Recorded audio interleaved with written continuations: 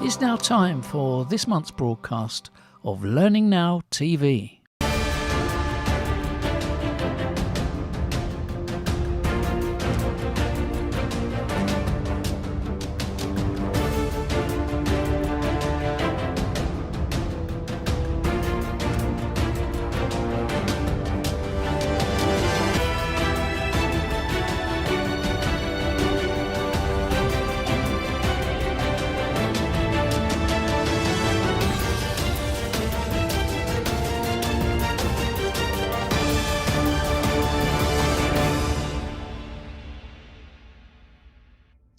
Kate, it is already March. No Ides for us this time, just a really good programme. Tell us a little bit about it, please. Well, the sun is shining here in Wales, the daffodils are out. It definitely feels like we're moving into that time of year again, which is spring. So we have got some new faces to go alongside some old favourites. So Ina Weinbauer-Heidel talked to you about learning transfer. So she's an academic. So bringing that sort of rigour to the subject of learning transfer, which is really, really interesting. And Kerry Gabriel is the L&D manager at RSPCA. Talked to lovely Michelle Parry-Slater about what they're doing and how they cope with COVID during the pandemic and its impact on their population. And then people or dogs? What well, dogs do need to learn, and old dogs do need to learn new tricks. So you know. True. Ghent is talking about the new learning benchmark and how you can contribute, and some interesting insights into the analysis they're doing of last year's benchmark, which comes out in June. So a little bit of a pre-flavour of the analysis. So yes, enjoy the show, everybody. Enjoy the show, packed as it is.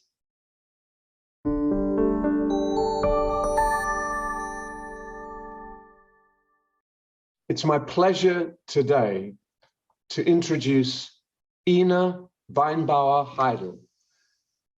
Ina is just close to Vienna at the moment, where she works in a university, the University of Life Sciences, and she also runs a private research institute on learning transfer. So Ina has dedicated pretty much her life to the concept of learning transfer. And therefore, Ina, I'd just like to ask, how did you get into learning transfer, and why is it so important to you? Yeah, thanks for having me, and thanks for this nice introduction. So basically, several years ago, I worked at a quite famous Austrian business school where I was designing MBA programs for leaders, and I was proud. My boss was happy and I was happy because those programs were fully booked and everything was fine. But as time passes, I think every L&D manager knows this issue. As time passes, you come across this question of, okay, do I really get something out of these programs more than just developing people in terms of that they sit in their training programs. So do I really change people behaviors? And in the end, this is a question of meaning, the meaning of your work as L&D professional. And I couldn't get rid of this question anymore. Do I really change people's behavior? And as I wanted to do my PhD anyway, I finally had the feeling, okay, this is a topic that I want to dig deeper. I want to find out what it takes to really change people's behavior with the help of development programs. And yeah, I was really motivated at the beginning. It seemed like a completely new topic. But after digging a bit deeper into this issue, I found out that the whole transfer research field is a wide field, and transfer researchers have been asking this question of how can we really get something out of our training programs for more than 120 years. So they know really, really well what it takes to make training really work. But, and that's the maybe strange part of it, they have a really, really big issue. And this issue, one of the biggest claims there in the research field is that they say practitioners are not making use of their findings, which is kind of strange. So transfer researchers have a transfer problem. And that was the field where I thought, okay, this is where I want to dig in. I want to make all those amazing findings of more than 120 years of transfer research applicable for practitioners. And this is where I put my effort in my doctoral thesis. And afterwards, it somehow turned out that so many companies all around the globe are interested in this question. So how can we make transfer easy and doable, get it out of this black box of, we cannot manage that, that's so difficult. And then it somehow turned out that we founded this Institute of Transfer Effectiveness exactly with this idea, with this mission of how can we help practitioners in an easy way to make transfer happen and manage it in a systematic way. Thank you. So can I paraphrase you? Essentially, you are an intermediary between a large body of research, which most practitioners don't, can't, won't read, and the practitioners themselves who need that research, the essence of that research to help them modify their practice, to take account of large amounts of insight which exist, which are not being used in day-to-day learning practice. So you are modifying what goes on in companies, in corporate L&D, with reference to the research. Maybe I share my own big surprises from the very beginning. So I was kind of quite aware of the transfer problem itself. So we know from research that it's an estimation to be really correct here, but that about 10 to 20% of what people learn in training is actually applied in the everyday work life. And this is really just an estimation. The big problem is that a lot of practitioners are not measuring transfer, and that's the reason why we cannot have really a good data here. But, and I think every L&D manager, every L&D professional knows that we are not getting the most out of our training programs. And maybe the biggest surprise here for me was that I was focusing not on all parts that are important to make transfer happen. So basically, and I think I'm here quite near to other L&D managers, we are focusing on the training design when we design trainings, because this is our home base. This is what we learned.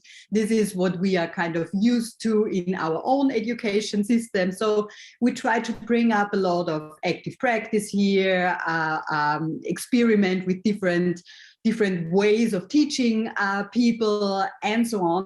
But unfortunately, or fortunately, this is just one of 3 big areas to make transfer happen. There is the training design, our home zone, we know how to do that. More and more, we are focusing on the second area, which are the trainees, the participants. Of course, they have something like motivation or not, something like self-efficacy.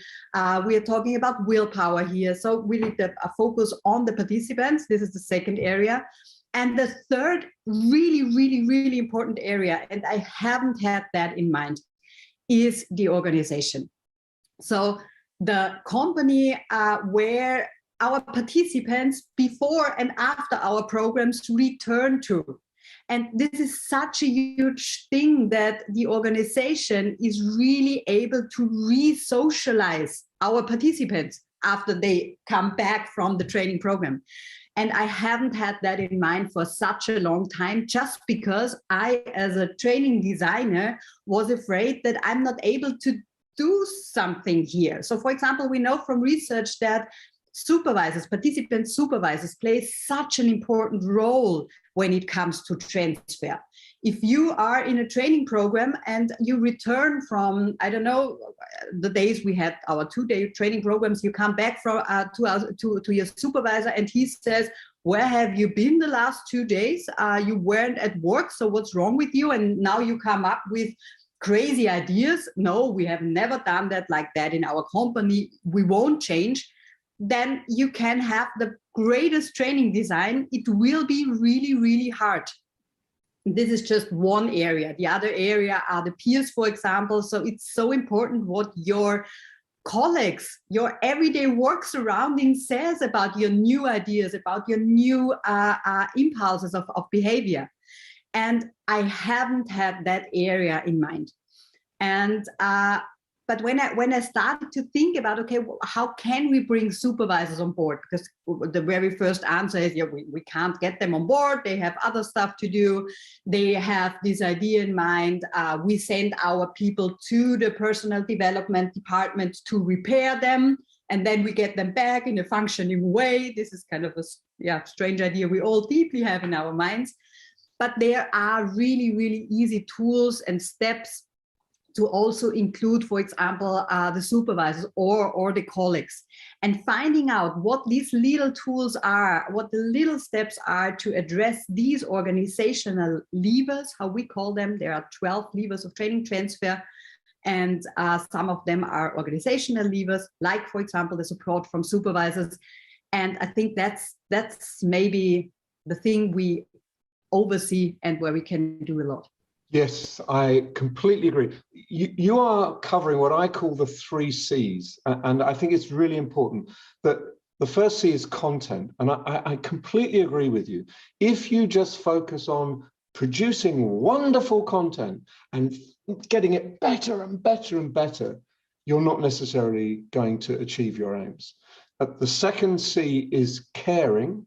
We need people who care about the learning. They're emotionally engaged, they feel motivated, etc., etc., etc.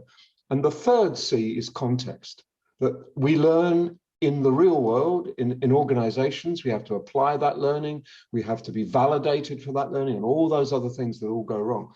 So that a narrow focus on content is not going to work. And you have, I would imagine, huge amounts of research evidence to prove that. And what you've done is, another word I love at the moment, you complexified it so that you see this as 12 levers that can be used to ensure transfer, not guarantee, but to give transfer the best chance of success in an organization.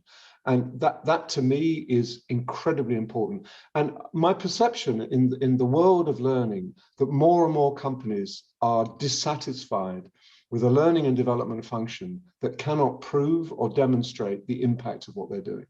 And companies that simply get nice to have material, nice to have programs, are not going to be content with that. They want learning that makes a difference, learning that contributes to the organization and its success. Anna, we put on the screen a link to your website and the institute. And are you encouraging people to get in touch with you? That there's material there. You'll be very happy to have a conversation with an organization if they wanted to work more closely with you, for example. Is that fair? Definitely. So we are always interested in getting in touch with others who are passionate about how to make transfer happen. We have our flagship program is our transfer designer certification, where people learn what the 12 levers are and how you can really systematically manage them. And it's so awesome to see that when you start to have transfer in mind, you can really change your role as L&D professional in your organization. Before, we really, really often see that L&D in the organization is seen as organizing some learning events. And this is not at all the role that we need to take. Not at all. And after digging into this issue of transfer, you kind of become a strategic support for organizational development, for changing people's behavior. So for every strategic project, you need someone in the company who is really aware of what makes people change their behavior, which is a completely new term of learning. It's not about having stuff in mind, it's about changing people's behavior. And I love to see when L&D professionals start to dig deep into this transfer issue, then you have a you have your management board who says, okay, we have a strategic initiative and we need someone to help us to bring people to change the behavior and that way. And there you can work with these 12 levers and you can completely change your role. So, and in the Transfer Designer Certification Program, you learn more about it and you exchange with others, which is really important how others do it. We have a smaller program as well, a fast track for those who really urgently need transfer know-how. And of course, we have a book making what makes training really work in German and English. And yeah, we're looking forward to get more people passionate about this topic and improve the reputation of L&D around the world. And its effectiveness. Ina, that has been a fascinating conversation, and we've got good links now for people to follow up with you if they want to. I think you're doing really important work, and long may it continue. So, Dr. Ina Weinbauer-Heidel, thank you so much for talking to me today. Thank you. It was a pleasure.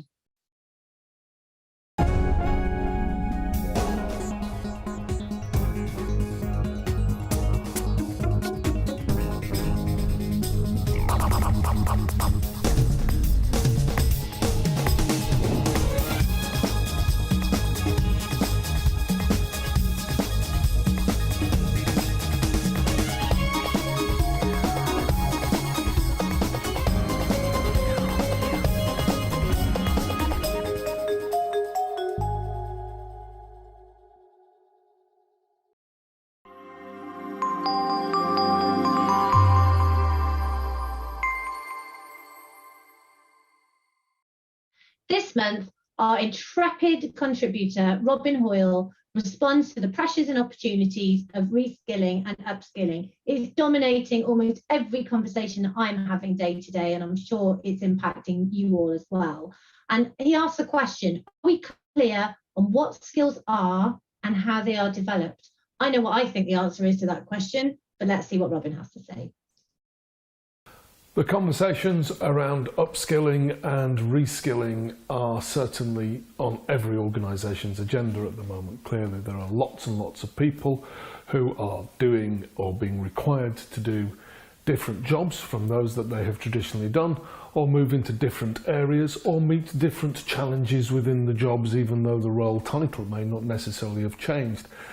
And some of that's about the pandemic, and some of that's about the speed of digital transformation. Some of that's just about the natural course of change, which has certainly been accelerated by our experiences over the course of the last couple of years. So it was interesting to read a couple of documents that came my way recently. The first is actually from 2021, early 2021, from the Fossway Group, which talks about the reskilling revolution. And what it actually says in there, which is quite interesting, is that what those HR and learning leaders who were part of their research survey said was that the primary reskilling areas were around people skills. More than 90% of the respondents said that skills around leadership management, interpersonal skills, communication, collaboration were either important or very important. Much larger numbers of respondents saying that those things were important or more very important than, for example, digital skills or learning about data analytics or things that one would traditionally associate with the reskilling agenda. So I thought that was interesting, the idea that we're talking about people and interpersonal skills as being the most required skill set as we deal with current times. The second document was LinkedIn Learning's The Skills Advantage. And that took a slightly different approach and talked around how it was important that organisations used their moment in the spotlight, particularly L&D teams. Because reskilling and upskilling is on the agenda, we have an opportunity to really look at what's going on within organisations. And their recipe for success was that people needed more skills. And I couldn't disagree with that for a second. But what I could disagree with was the idea that skills equates with watching content videos. Now, there is a lot of information. I don't know how many of you have actually used LinkedIn Learning at all, but there's a lot of information in there, and primarily it's delivered via talking head videos, and there's some kind of community and social type interaction as one would expect from a social media platform provider, which sits underneath those videos. But skills? Really? Throughout the Skills Advantage report, the idea that people have consumed some product from LinkedIn Learning equates to they have increased or improved their skills and by inference their capability. And of course that's just not true. What they've got is some knowledge, and particularly in those areas like leadership, like communication, interpersonal skills, it's certainly not true. It may be perfectly feasible to engage with some video content and some stuff around learning a new piece of software. Perfectly reasonable to then go and practice on your computer those skills, and a lot of the skills that you require are intrinsic to the learning process. In other words, I try something out using a piece of software, it either works or it doesn't, and then there's lots of resources available from help screens through to community forums which will enable me to understand where did I go wrong? How can I avoid making that mistake in the future? Or how can I improve the output of the work that I've put in? All of that's great, but people don't come with a user manual. There isn't a community forum which necessarily enables you to work out how you can best use a set of skills to improve your interpersonal performance or your interactions with your colleagues or your peers. And watching a set of videos ain't going to necessarily help you do that. Now, I am very mindful of the fact that you are currently engaging with me via a video, probably observed on a computer platform, much the same way as you would if I was on LinkedIn Learning. But the difference is I'm not claiming that I'm giving you any skills, unless the skills you need are how to access this video. Those are the areas where you can practice and gain feedback, and that feedback is intrinsic to the task. Either you found the video you wanted or you didn't. What I say to you here about the fact that there is a misunderstanding of what skills are within 21st century organisations and how skills are developed. And it feels like we're going back to the early days of e-learning, when people talked about using an e-learning program, which was essentially a book with a next button, will give you new skills. No, it didn't. It gave you new information. We talk about knowledge, skills and behaviours when we're designing learning interventions for a reason, because they are different things. Yes, we have our moment in the spotlight at the moment. We have the opportunity to reskill and upskill the people who work with our organisations.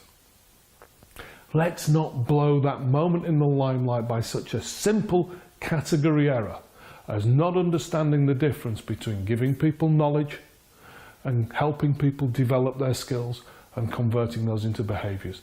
They're different things. We should know that. Our businesses are looking to us to provide them with advice about how best to do that.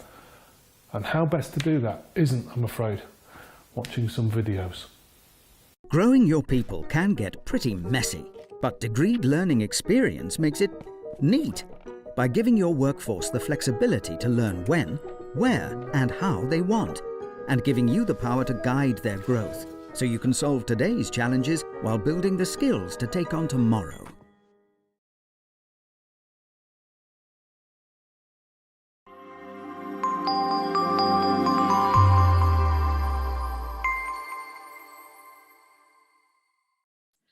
This month, for our Charity Learning Consortium piece for Learning Now TV, we are talking to Kerry Gabriel from the RSPCA. Now, anyone who knows me will know that dogs are at the heart of my life. So this is a really exciting interview, but not dogs today. We're going to be talking about leadership. Kerry, who are you and what do you do at the RSPCA? Welcome to Learning Now TV. Hi, thanks, Michelle. Yeah, I'm Kerry Gabriel. I'm an L&D manager at the RSPCA. So I've worked for the RSPCA for about 11 years now, had a few roles in the organisation, and now I'm working in learning development. So as L&D manager, I am focused on L&D for the entire organisation, and my specialism at the moment is focusing on leadership development, which is what we're going to talk about today. And is that leadership for your staff, or is that leadership for your volunteers as well? Currently it's for staff, yeah. So we've got lots of leadership activities going on at the moment, and it's with a focus on our employees right now. So the perfect person to talk to us, because Learning Now TV tends to be watched by people in corporate spaces, and we are doing these interviews with charities to just really showcase your great stories, but also to enable us to kind of cross-pollinate fresh ideas into that more corporate space. So your leadership program, of course, loads of people, everyone does leadership programs. You know, why is it so special? Tell me about your leadership program. Well, it's very new. So we've developed it in the last year, although the thought processes and the thinking space has been happening for a couple of years now. Actually, in 2019, when we started to think about what we wanted to do differently. But it's a completely new offer, a new blended program that's different to whatever we've offered in the past at the RSPCA. So it's a really kind of fresh take on things, and it's creating quite a bit of buzz for us at the society. Okay, so it was prompted pre-pandemic. What was the sort of catalyst? Why did you think we need to do something different? Yeah, so I mean, in 2019, we were reviewing our entire L&D offer. Really, we used to run an RSPCA manager program, which I'll tell you a little bit about in a moment. But we in addition to that program, we used to run some sort of one-day workshops. So we had a curriculum as well.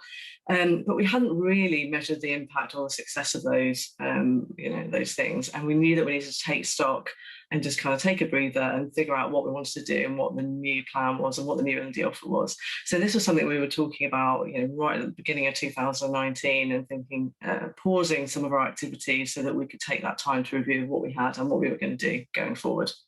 So we knew we wanted to modernise the L&D offer, and particularly with a focus on leadership development. Our new CEO at the time, who had joined us the previous year, really had a focus and a priority for leadership development in the organisation, as did the other directors. So that was great, because we had that, that buy-in, and we knew we had that backing to create something that was fresh and modern for the society.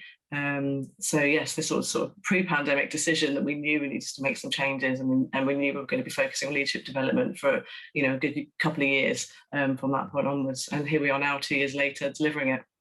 This is almost textbook. From my book, I talked about all of the things you need to get in place, and stakeholder engagement being one of them, real clear strategy being another of them.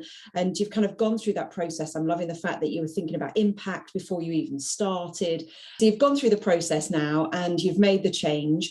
Are you clear on what it is that you're offering, and what's the impact that it has had? Yeah, I mean, we are clear. We were clear before we even started designing on what people needed. I mean, that was really important. We used to deliver a programme which was a 5-day residential programme. So people would come down to a venue close to our offices in Horsham, and it was a great programme, really great 5-day course, and people really enjoyed it. The content was great, always had brilliant feedback. So we knew we needed to do something differently. We knew we needed to make the programme more accessible for managers, because our managers were all over the country, travelling all the way down south for a 5-day residential course was a big ask. We included travel time as well, particularly when people have very busy roles. They were working flexible working patterns. It wasn't particularly inclusive for those people, and some of them had, of course, dependents to consider. So we knew it needed to be something different.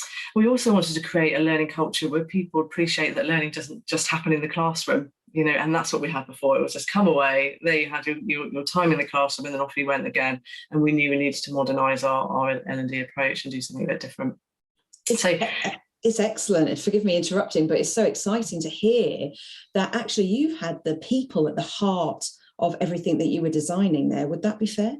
Yeah, absolutely. And we made sure that we went out and did that learning needs analysis. We had a pretty good idea of what we knew the new programme needs to include, because we knew that the feedback from the old programme in terms of the content was spot on.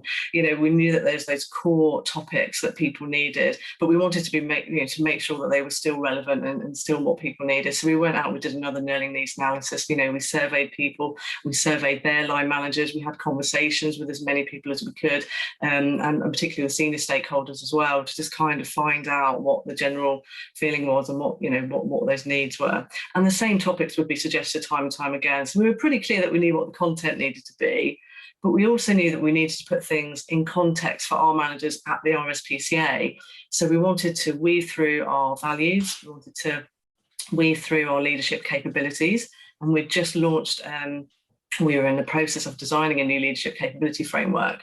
So we knew that framework and those leadership capabilities would be part of the new programme, so that people understood what's expected of them as a manager in the RSPCA. So that, just bringing that relevance and that context into their roles was really important as well. So we weren't just covering, theory. We wanted to give people an opportunity to understand and appreciate why it was important for them, and to give them an opportunity to really share their own experiences with one another as well. So it wasn't just going to be a programme where facilitators did their chalk and talk. It was never going to be like that. We always wanted it to be a really engaging, interactive programme where people were learning outside of that virtual classroom as well. You've got people at the heart of it. You've got some really strong evidence as to why you need to shift. You're bringing in your values. You already said that this is a really great program, 5 days. Pretty brave, actually, to just flip that over into something new. So I'm sure it's been successful. Talk to me about impact. Talk to me about the success.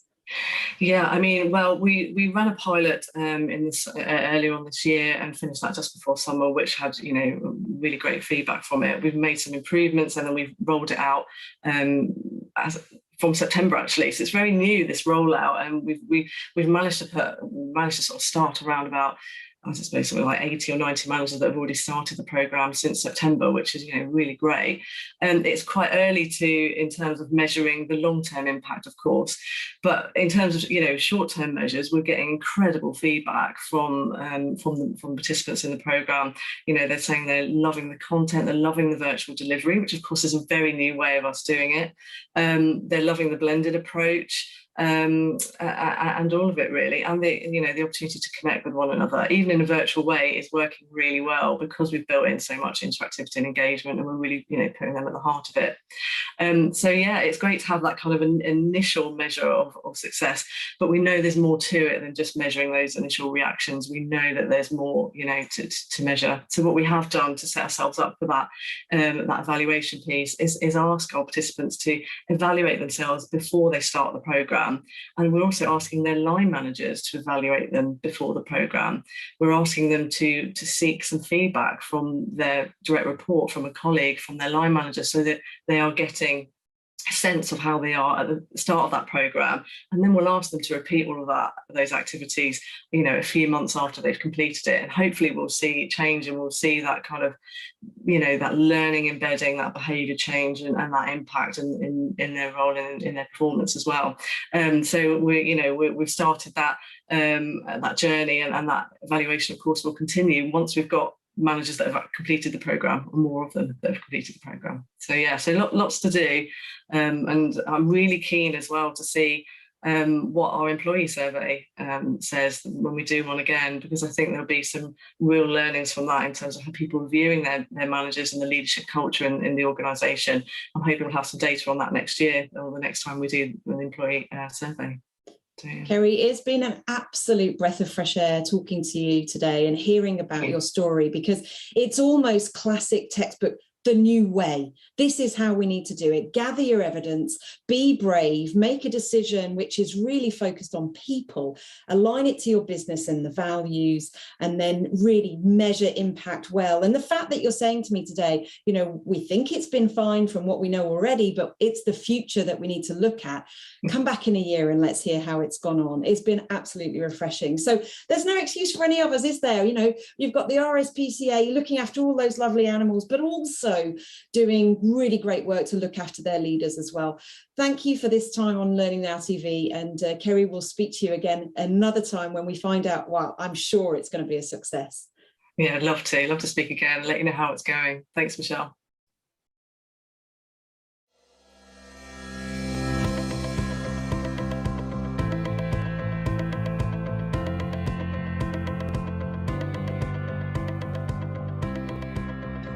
Maybe we'll do that later. Hey, so you can see, this is just like using a whiteboard in a classroom.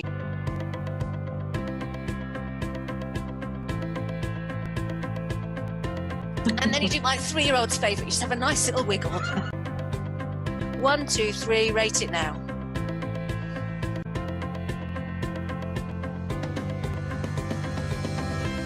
A really quick question. You might want to answer this later. You see, I love this.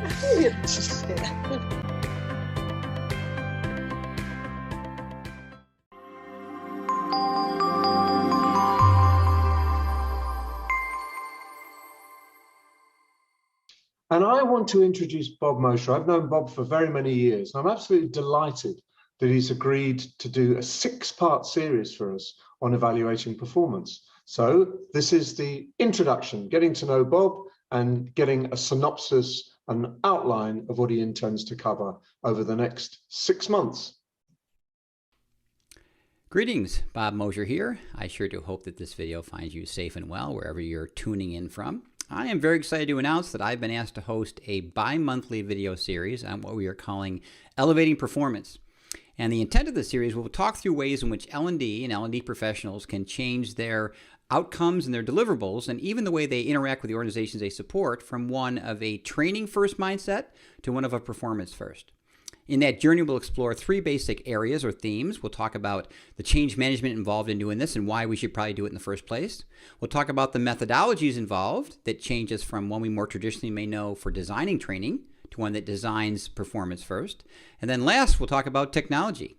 There's a whole array of tools that have been around, frankly, for a while, but they come into play now in this new journey and being able to deliver a very, very different solution for those we support. I'm looking forward to the dialogue, look forward to your questions, and we will talk soon in our first series coming up shortly. Be well and safe. See you soon.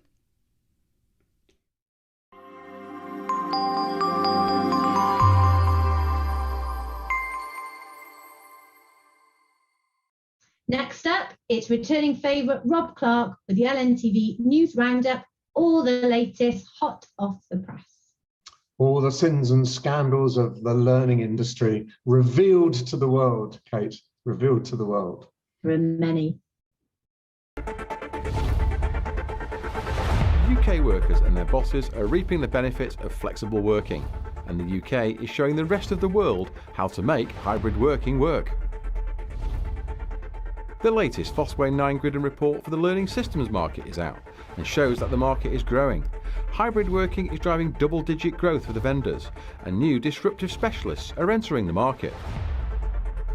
A funding initiative in support of Ukraine has been set up by a group of leading voices in the learning and development sector, with proceeds going to the British Red Cross Ukraine Crisis Appeal. We'll let you know how you can make a donation.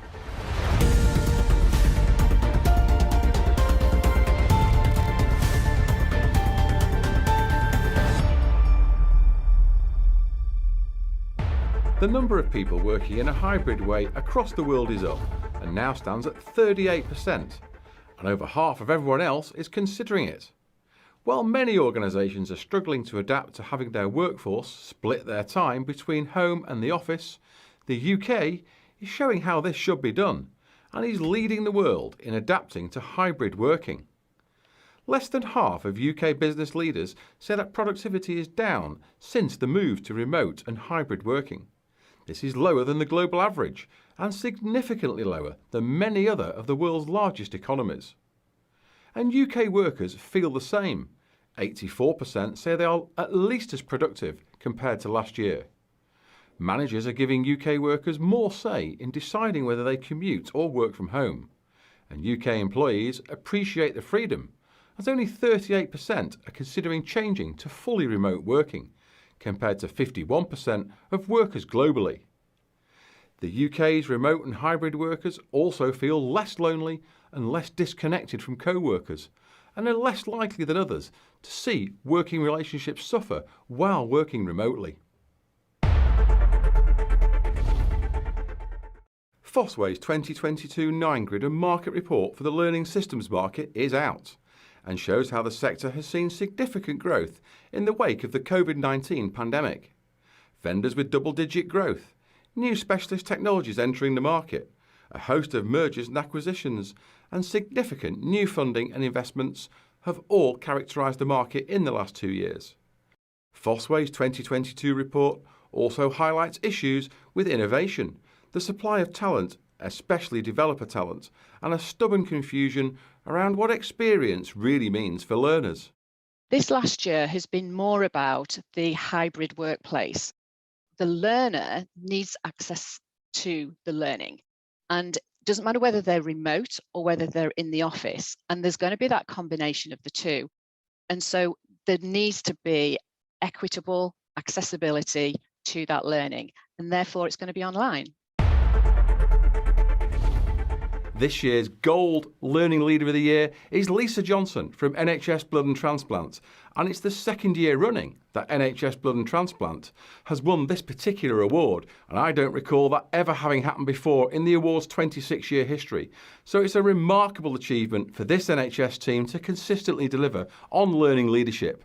An organisation like NHSBT, we've got 6,500 employees approximately, but we also support the wider system, so the wider NHS, international organisations and private organisations. My role has been to build out that team, but not be that order takers in that service, but actually to act as performance consultants, get to the root of the problem. What is it that we're trying to solve? Is digital learning the answer? Is even learning the answer? And getting them to a point where they've got that level of confidence to be able to have those conversations. Leading voices from the world of learning have come together to raise funds for those affected by the tragedies unfolding in Ukraine, and everybody in learning and development can take part by making a donation.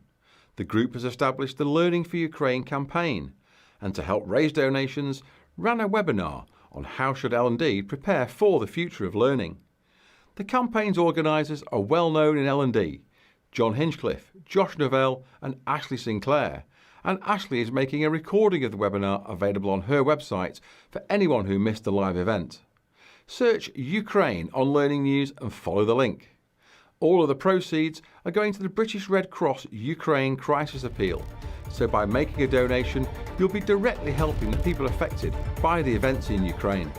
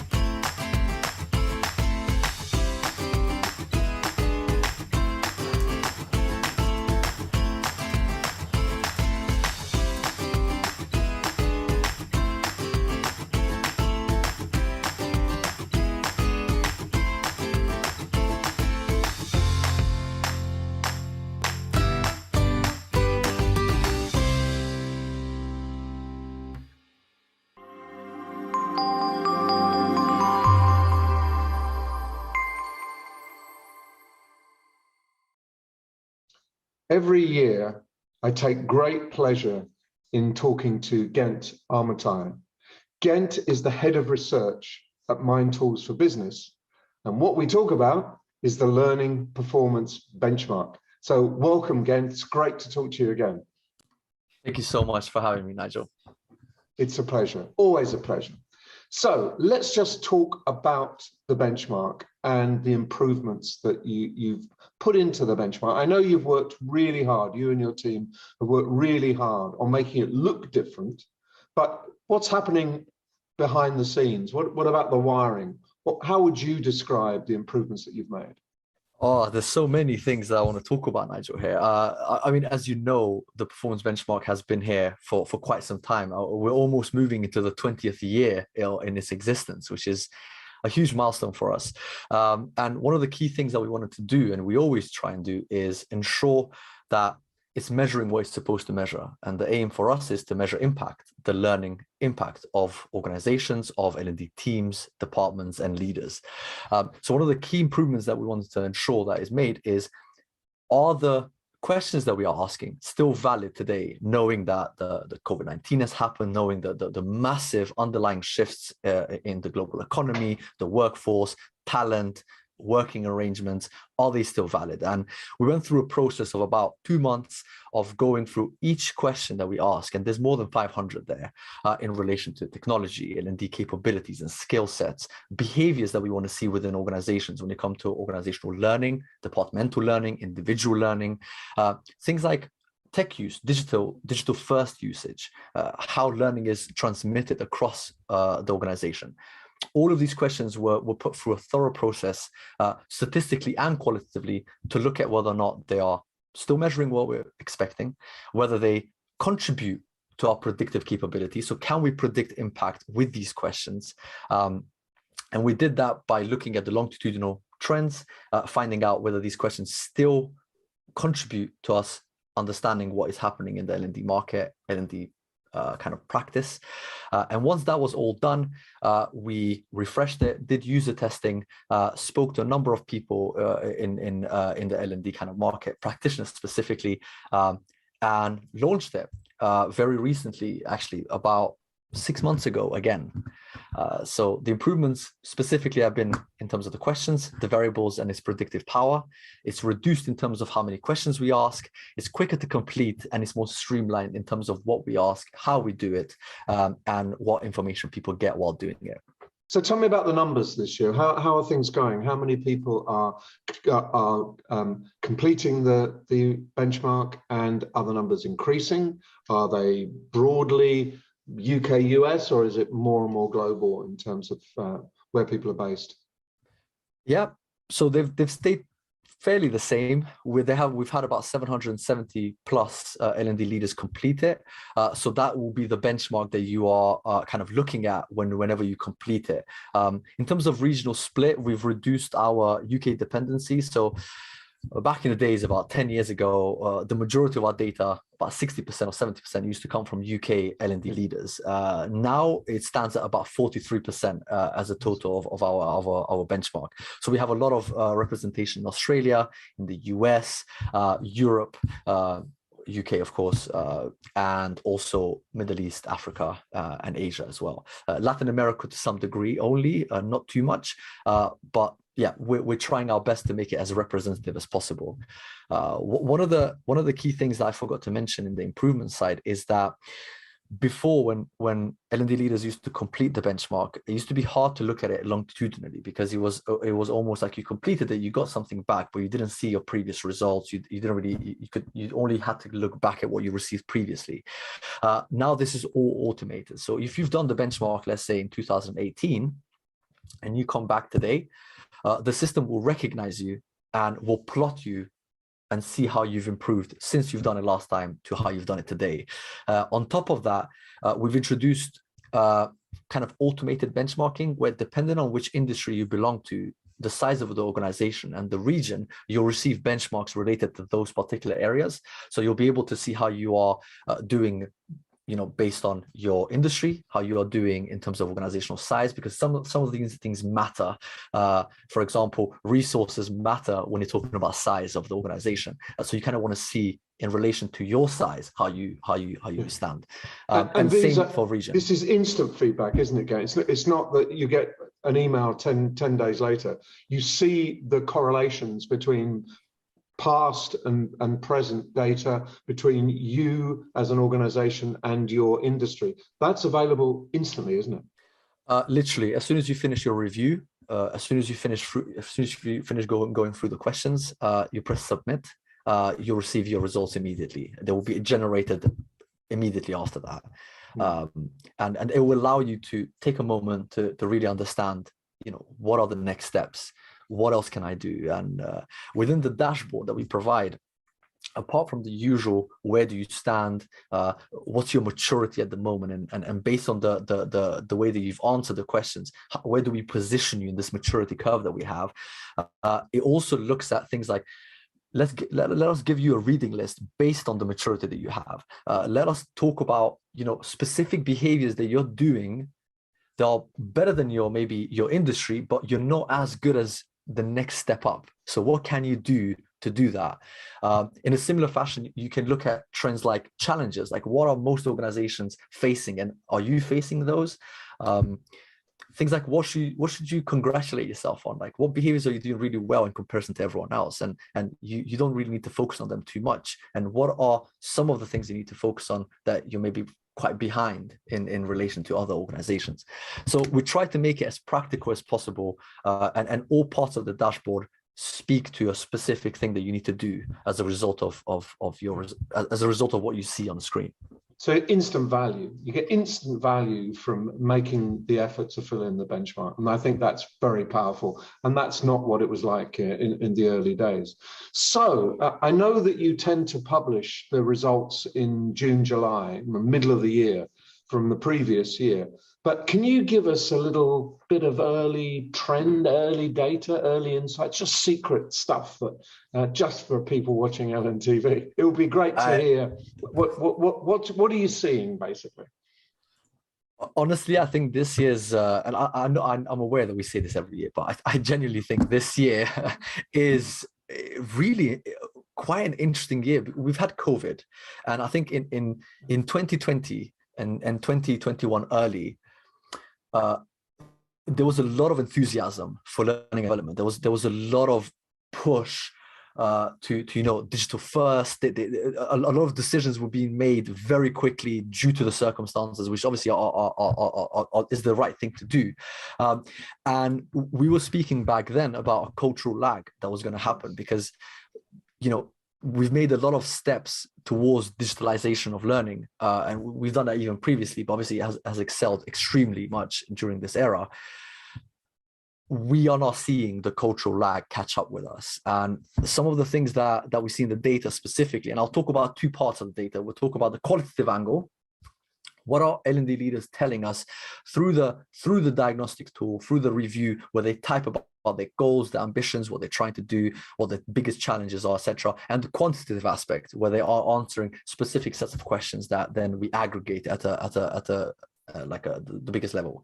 So one of the things that we are seeing is, in terms of achievement, L&D teams are achieving less this year than they have achieved previously, and this has to do a lot with things like culture. As I said, the cultural lag is really catching up. So I'll give you an example. Things like developing a learning culture within the organization, a continuous one, has dropped from 22%. So 22% of organizations said they have achieved this to some extent. This year is 13%. So that has almost kind of gone down by, so it's about 8%, but it still has gone down quite a lot. And it will make a lot more sense when we go down to some of the behaviors that we track. In a very similar way, they are having increasing troubles to do with the harmonization of learning. So ensuring that the experience of learning across the organization is as good as it can be. And the reason we see this, we believe, is due to the hybrid working. So while hybrid working provides incredible benefits to organizations, it's also providing serious challenges that we haven't had to deal with. The majority of our people used to be in the office, and so therefore the learning we tailored, or the interventions that we did, or the way we did it, was tailored to that group. Whereas now we have multiple groups working multiple different ways via multiple different tools. How do we do that? And so harmonization has been dealt a blow again. So the experience of work and learning is fragmented, basically. That's what you're saying. People exactly. in their own little worlds, not in a corporate world. Yeah, I can see that. I can see that. That's an interesting byproduct, isn't it? Absolutely. I mean, we did a side kind of research that we do anyway every year, Nigel, looking at employees specifically, and we partner with YouGov. To collect data independently, and we are finding the hybrid working is probably the most optimal way of working arrangements when it comes to learning and development. We looked at, for example, the relationship between manager support, organizational support, and learner proactiveness so being moderated by working arrangements. So if you are, for example, working primarily from the office, how do these things interact with each other? And we found that whenever you're working either just from the office or just online, these are suboptimal. They don't function as well as if there is a fusion between these two kind of like polar opposites. And we are seeing that from L&D perspective as well. They're having a really hard time to manage these two kind of like fragmentations, and where is the best place to position the things they do.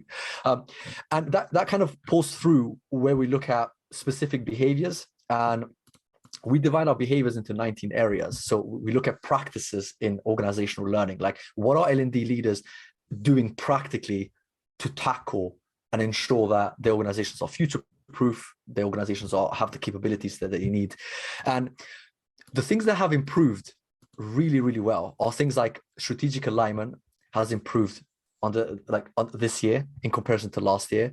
Things like individual choice and individual motivation, how L&D leaders are providing the practices that push these kind of like broad things like individual choice and individual motivation have improved really, like they are the things that have improved the most out of everything. Providing autonomy essentially to individuals to do what they need to do at the time they need to do it, especially when it comes to learning. In terms of the qualitative side, again, the kind of key talking points for learning and development is, how can we make learning part of our company culture? It has been always on their mind, but the key problems they are facing, the key challenges they are facing, is a pushback to legacy expectations. Going back to what you used to do, what used to be work, what used to work before the pandemic. Digitalization being prioritized over cultural innovation. We've spoken about this way before, and that's becoming an increasing challenge for learning leaders, because making learning part of the company is not a digital challenge, it's a cultural challenge, and so to some extent this has been hijacked by this digital revolution that is happening, but we keep forgetting the cultural aspect a lot. What else is there? Well, that's, I think all of that. Yeah, there's a lot. There's a lot more to come out. And you're going to be at Learning Technologies in May, and you'll give some preliminary results. So people who are there will get hold of that. But the report will be out in June and July. But a very important point, look at the crawl on the screen, lpbenchmark.mindtools.com. You can fill in this year's benchmark. It's open until the end of the year. You'll get instant feedback, and you can make a contribution to seeing whether what you're doing follows or goes beyond or goes ahead of the trends that Gent has been discussing. Thank you for, I thought, a really interesting cross-section of what you're beginning to find. Fantastic and fascinating. So thank you so much again. Thank you so much, Nigel.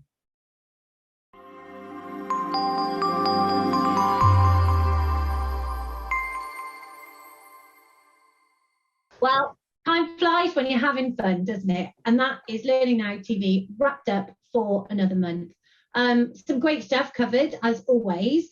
I think one of the key standout topics from today was that piece around learning transfer, Nigel, and that whole piece of, we used to talk a lot when I was at Fosway about moving the needle and learning impact, and, sort of that getting learning back into the workplace, and it relates back to the whole skills piece as well. Everything's sort of beautifully interconnected today.